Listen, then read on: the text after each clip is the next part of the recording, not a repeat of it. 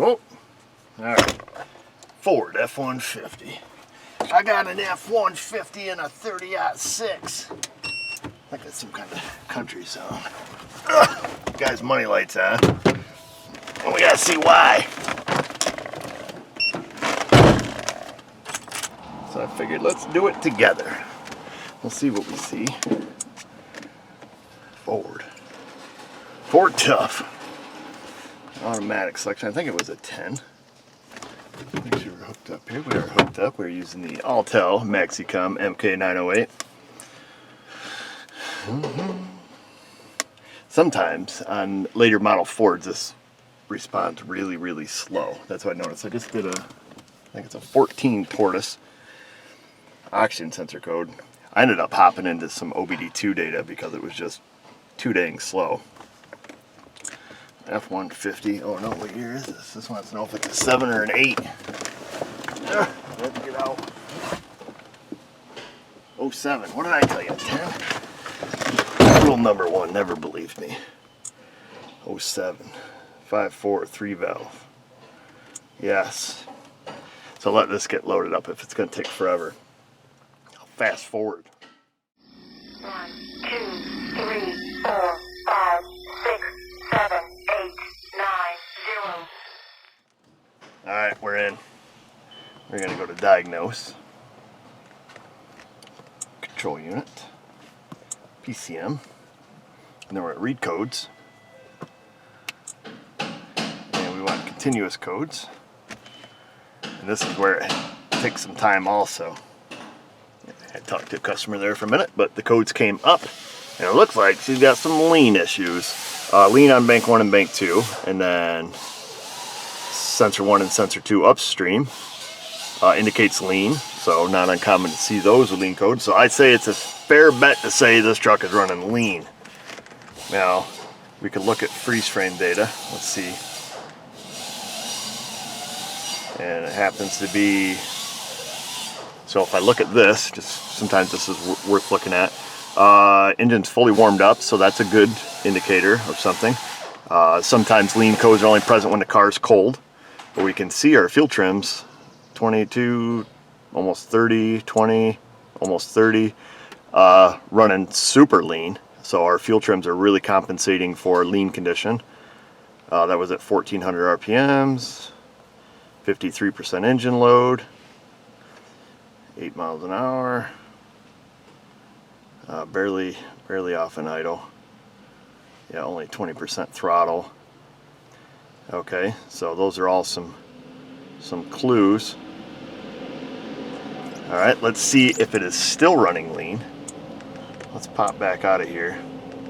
Let's go to live data. Let this load up. If this gets too slow, then we're going to take and swap over to generic data. Which I don't know why this is so slow. It only seems to be on Fords is what I've noticed so far. And I don't recall if it's, you know, from a recent update or what it is, but man, it leaves your thumb twiddling for a while.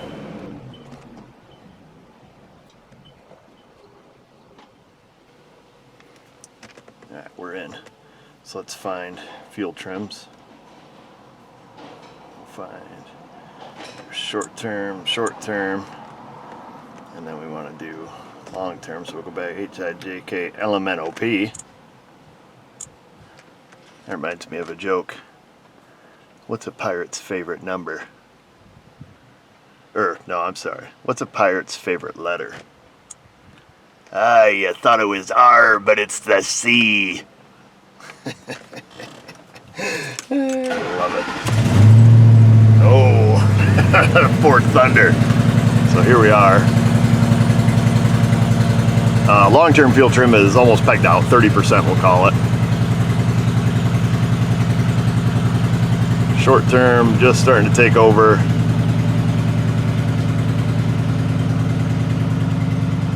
And it's up there pretty good too. Bank 2 appears to be in fuel control. Let's give her a little rev up here, see if we're dealing with a vacuum leak.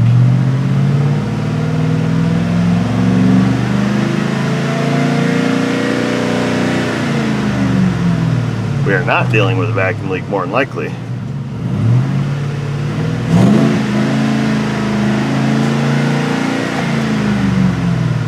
If anything, it got a little bit worse when we revved it up, okay? All right, so what would I look at next? Dang it all to heck. Wanted to look at some mass airflow data to see where it's at. Oh, look at that, it popped back in pretty quickly. So let's find airflow here. Airflow learned. Maybe it's under M, elemental mass. Mass airflow 1. We want to change the value on that. It is under reporting.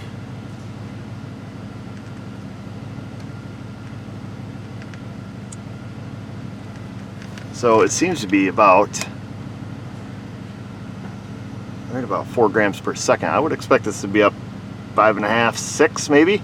So if this is under reporting, let's say it's dirty, it's not going to add enough fuel. So before we get too excited, being that I don't think it's going to be a vacuum leak, let's go take a little gander under the hood. Have a look at the old mass and see what's, or we could have some pirate air coming in. Arr. We had a Kendra and Natalie under here. This one says Roush. I guess it doesn't matter. Filter is completely black, as they typically are. Everything's pretty dirty under here. Mass airflow lives in up here. Let's just, for poop and laughter, take it out, have a look, see if it's cruddy. It doesn't take long to do that.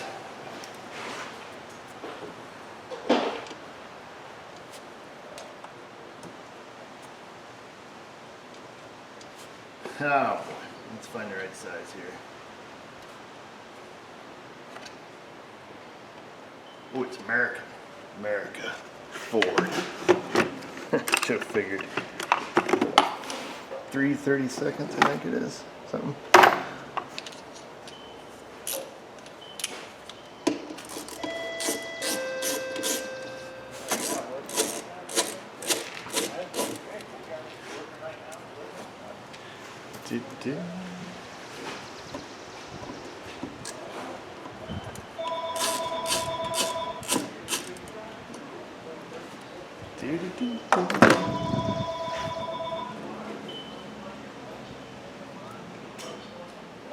Get a flashlight. I'm just chuckling with Josh. This one has a piece of fuzz in it. The last one of these we did, it was on a, what was that, Honda Odyssey? Yeah. Yeah, Honda Odyssey. Lady came in, mass airflow codes, stalled out on her, running like poo. Checked it out, mass airflow data was all over the place, just at an idle. I went over and like tapped on the mass airflow and the voltage went all berserk. And I told Josh, I said, I bet there's a bug in it. Of course I was just guessing. Took it apart, had a mosquito in it. This one looks like it's got a piece of dandelion fuzz in it. See if I can do it without disturbing it here. Make it this propped up so we can enhance. Enhance. Enhance. Focus. There it is. There's a piece of dandelion fuzz in there. Now that is laying way at the back. I assume it was laying on the hot wire portion. There is something on the hot wire down inside there. I don't know if we're gonna be able to see it on camera. Let's see if I can tilt back. Either way, it is wicked cruddy. No, I'm not gonna be able to get enough focus action. Anywho, let's prove this out. CRC mass airflow cleaner, not a sponsor. That's what we have. If I'm not making a video, I just use brake parts cleaner, but imagine people going bananas on that. Give it the full douche. Let's see what it looks like.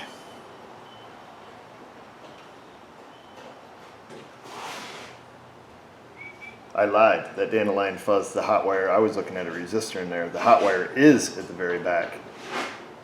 So that is where the dandelion fuzz was laid. I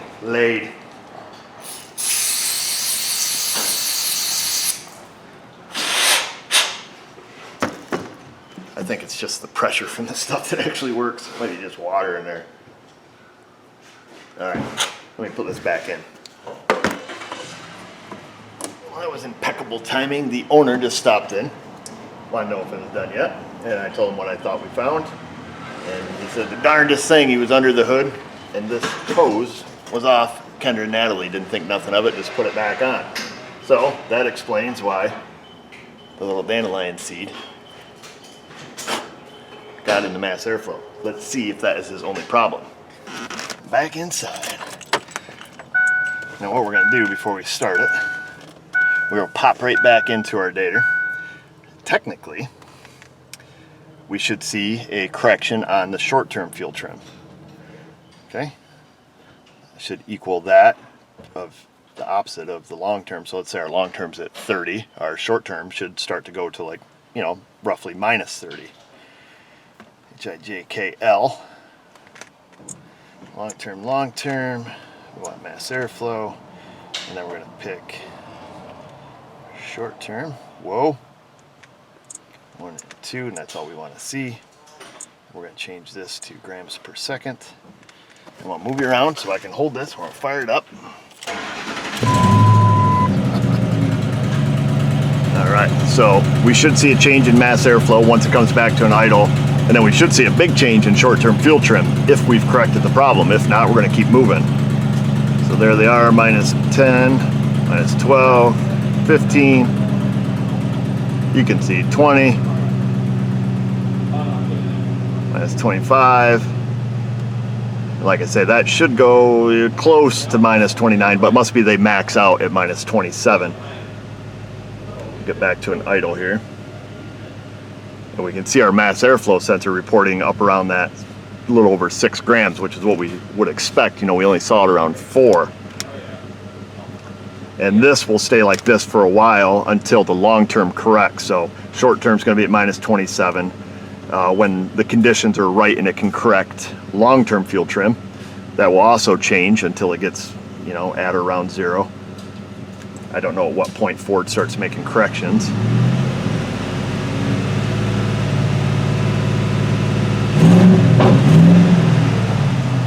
But we can clearly see it is, you know, 100% a fix. So we can let the car go at this point, the light on, you know, the light will turn itself off, or we can go out here, we can clear the codes, and then that should reset our fuel trim data back to 0. Just make sure there's no codes left in it, and then we'll go back into our fuel trim data and see where our short term's at, being that it was maxed out. Just make sure we didn't go on the other end of the spectrum, make it start running rich or something silly. Alright, just the P1000 back into live data. I'll take and fire it up.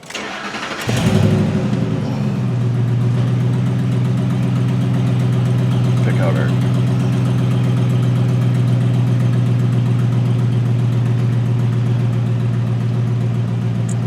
long term. Oh, it did not reset the fuel trims. Well, I'll be jiggered. Woe is me. Let's just verify this. Oop, don't get too much wind on you. Roll that winder up.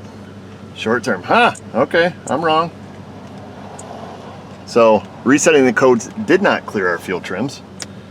Let's go back into, I don't know, active tests. I don't know if that has a fuel trim reset in there or not.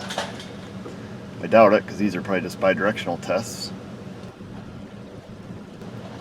No sir. Pretty dang interesting. And I don't know, like I said, you probably go drive it. I mean, fuel trims usually learn relatively quickly, not all the time at an idle.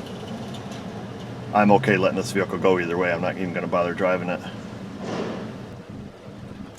We'll leave it running here for a little bit just to see if it makes any corrections. I'll give it a minute. So I'm scrolling through data. One thing I noticed is the barometric pressure. It's off. 12.6 psi. I don't know the theory on these. Fords, it used to be you go out and run them at full throttle, and that's when it corrected barometric pressure. Now with a dirty mass airflow, that'll also screw that up, which will screw up fuel trims. So I may go out and drive this just for grins and giggles.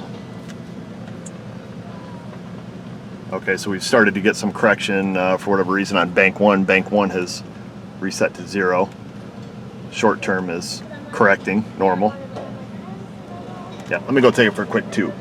I just went in to grab my phone ski, tell Mrs. O I was going for a rip, and I see we've got long-term correction just sitting here at an idle. Let's see, let's go out and give it full beans, see if our barometric pressure goes up about a PSI. I'm thinking about 13.8. I'm no, I was gonna say gynecologist. I'm no, whatever the person that does the weather. Definitely not the gynecologist. Weatherman. What the heck do they call those people? What do you call a person who does the weather? Meteorologist.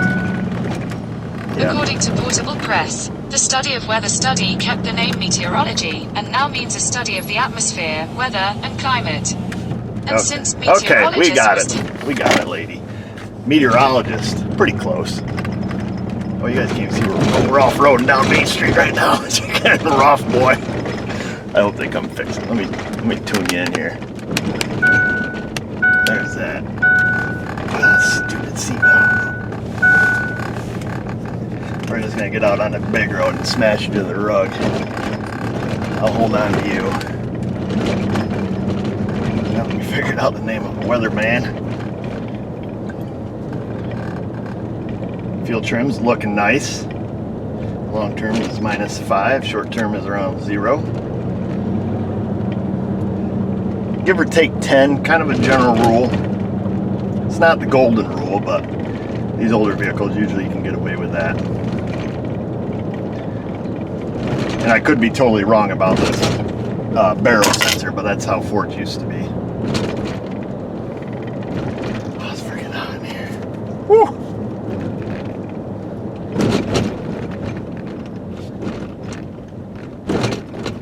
According to the dash, it's 140 degrees Fahrenheit. I'm pretty sure that's skewed also. Alright, hang on, fellas. Hammering down.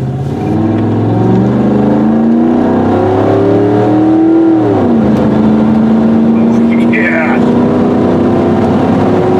Yeah, we don't want to blow it up. Alright, look at that. I was right. Let me hold this up so you can... Oh man, there's crap flying out of the back of the box. 13. Oop, can you see? I'm trying to drive with my knee. 13.32. We don't want to hit oncoming traffic when we get back in my lane. 13.32. So it did make correction. Let's give her one more.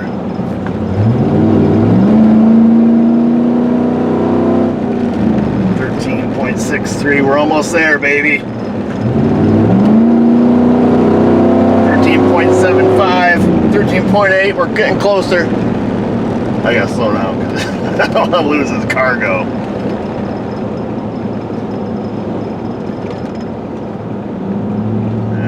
Ready? Hold on. You're gonna hear that Roush bark.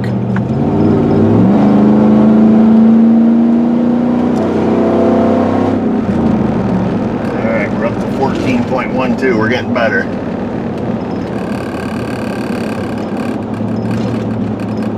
Now all kinds of crap in the back of the bed.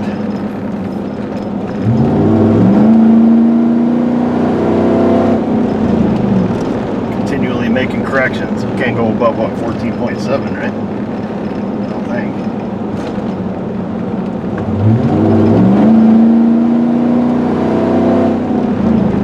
Alright, I think we steadied out here about 14.4 PSI.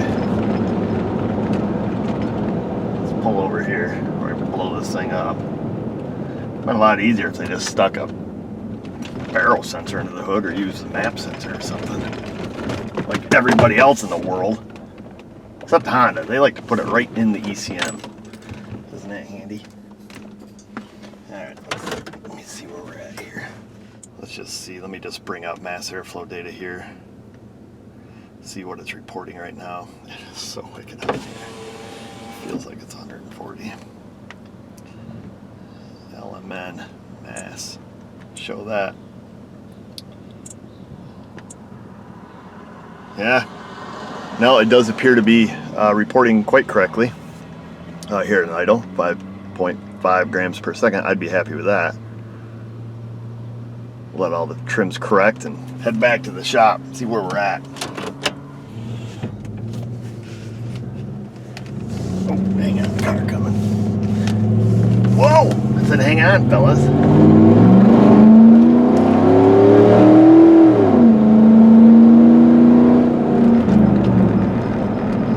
change barometric pressure again, 14.6. 14.67. We're climbing. There'll be a storm brewing.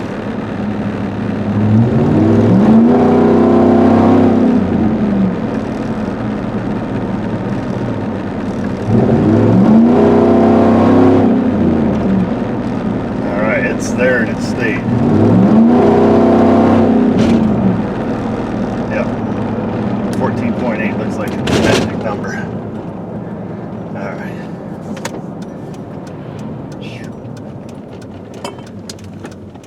Hey, it's a Jaguar. So that Jaguar right there, I don't know if you guys, if it was in the camera, I had to go jump start that car. The lady was at the hospital.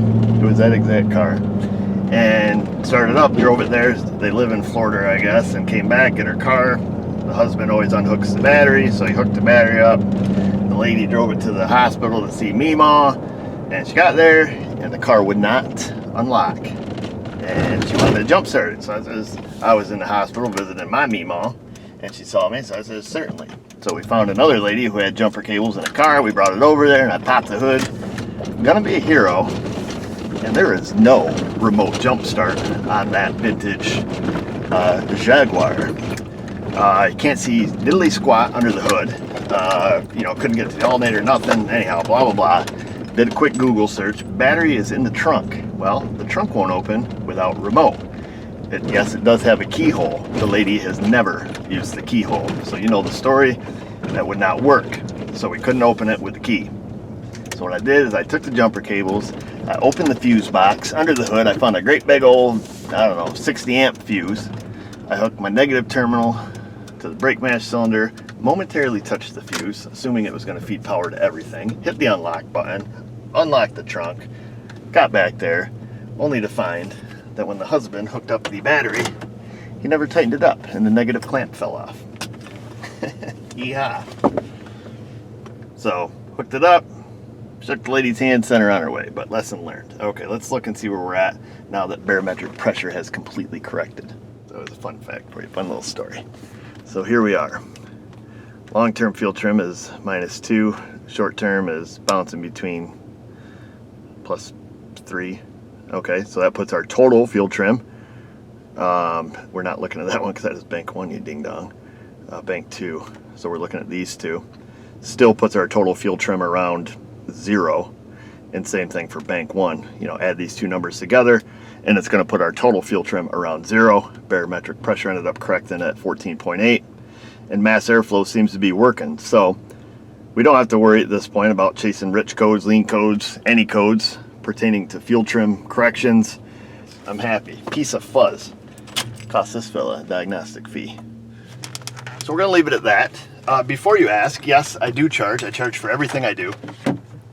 The car was brought to me with an engine light on, and I have a 1 hour minimum fee that I charge. That's what this car will be charged. It's not unfair. Yes, I know it was a piece of fuzz. However, we were able to look at it, identify the problem, fix it, verify the repair, and then ship it down the road and be confident. And I feel that I should get paid for what I do. A lot of people ask, well, did you charge for that? It was really simple. Of course I did. I run a repair shop. That's what I do. Your car's broke, you bring it to me, I fix it. I charge you for it. It's a win-win for everybody. You get your car back, it's fixed, and I get to pay my bills. And that's it. So why don't you go on, pay some attention to that description box down there. Not the description box, the comment box. I always mess that up. Leave a question, comment, criticism, concern. Hit subscribe while you're down there, ring the bell and all that stuff. And just remember, viewers, if I can do it, you can do it. Thanks for watching. I wasn't lying to you. It really says 140.